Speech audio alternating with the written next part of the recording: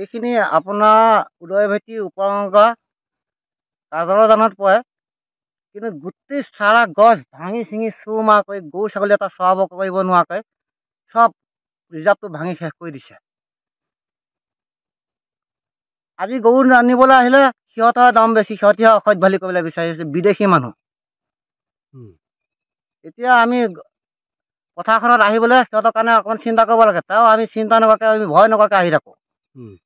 সিহঁতি লাখুটি ল'ব, দা ল'ব, পিছত ৰিজাৰ্ভ মাটিত সিহঁতি খেতি কৰিব আৰু খেতি ৰখীয়া বন্ধিয়া নাথাকে, খালি গৰু কাটিব, মানুহ টঙনিয়াবলৈ বিচাৰে। বিদেশী মানুহৰ এনেকুৱা অত্যাচাৰ হৈছে। হাতী বাবু আহিছে, এইকণত জংঘলকে পায়, সুৰক্ষা পায়, তেওঁলোক ইয়াতে আঁচনি লৈ 2-4 দিন থাকে, থাকি কৰি আকৌ গুচি যায়।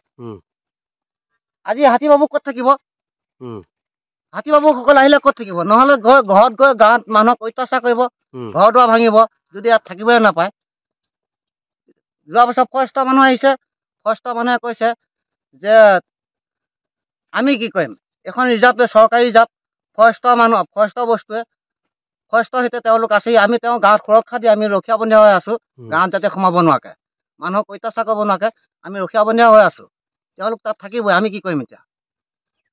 তেওঁ আমাক গাঁৱত ৰখীয়া বন্ধিয়া হৈ, আমাক ফৰেষ্টৰ মানুহে ৰখীয়া বন্ধিয়া হৈ আমাক সুৰক্ষা দি থৈ গৈছে। এইটো নাম নলগা এলেকা, তেওঁ সুকমণি বৰদলনি কি হয় নাজানো। তেখেতে এইবিলাক গছ গছনি JCB লগাই খান্দিছে, আৰু লগতে ধৰক ইয়াত পুখুৰী বনাবলৈ এইটো এটা গেজিং ৰিজাৰ্ভ হয়। আমি নিজে, মোৰ এতিয়া বৰ্তমান 52 বছৰ বয়স, মই 52 বছৰ সৰুৰ পৰাই গৰুৰ লগত লালি পালি আছো, আৰু গৰু বৰ্তমান মোৰ এতিয়া 26টামান আছে। মই নিজে এতিয়া গৰু চৰাই আছো। কিন্তু তেওঁলোকে যি খেতি কৰিছে, খেতিখিনি ৰক্ষণাবেক্ষণ ভালকে নিদিয়ে, আৰু গৰুবিলাক মাৰ ধৰ কৰে, ফৰমতি মাৰে, দা দি কাটিছে।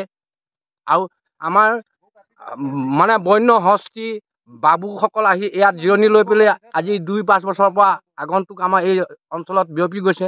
আৰু তেওঁলোকে আহি থাকিব পৰা তেওঁলোকে খাদ্য, হিন্দল গছ, গৰু আহাৰ এইবিলাকত উঘলি পিঘলি নষ্ট কৰিছে, বিনষ্ট কৰিছে। আৰু তেওঁলোকক যি মাটি দিবৰ বাবে তেখেতলোকক ইয়াৰ পৰা এইটো গেজিং হিচাপে ৰাখি তেখেতলোকক ইয়াৰ পৰা ডাঙৰবিল কছাৰী গাঁও 2 নং কছাৰী গাঁৱত চৰকাৰে বিভাগে সুবিধা দিছে। তেওঁলোকে সেই সুবিধা নলৈ এই ৰিজাৰ্ভটোত বিৰাট মানে বেদখল কৰি গৰু মানে নাইকিয়াও হৈছে। গৰু কিছুমান ধৰি চবৰে অধিকাৰ আছে। আপোনাৰ গৰু এটা আহিলেও মানুহে কাটে, খেতি কৰিছে, আপোনাৰ কি বুলি কয়, মানুহ থাকি কওক, পাৱাটো চবৰে আছে। ৰিজাৰ্ভৰ মাটিত খেতি কৰিছে, মানুহ থাকি কওক, গৰু এটা আহিলেও গৰু কাটি পেলাই পঠিয়াই দিয়ে। মানুহটোৰ নাম কি আছিল? আপোনাৰ পিতেকে দেখিছিল। মাটি আপোনাৰ সুকুমণি বুলি কয়।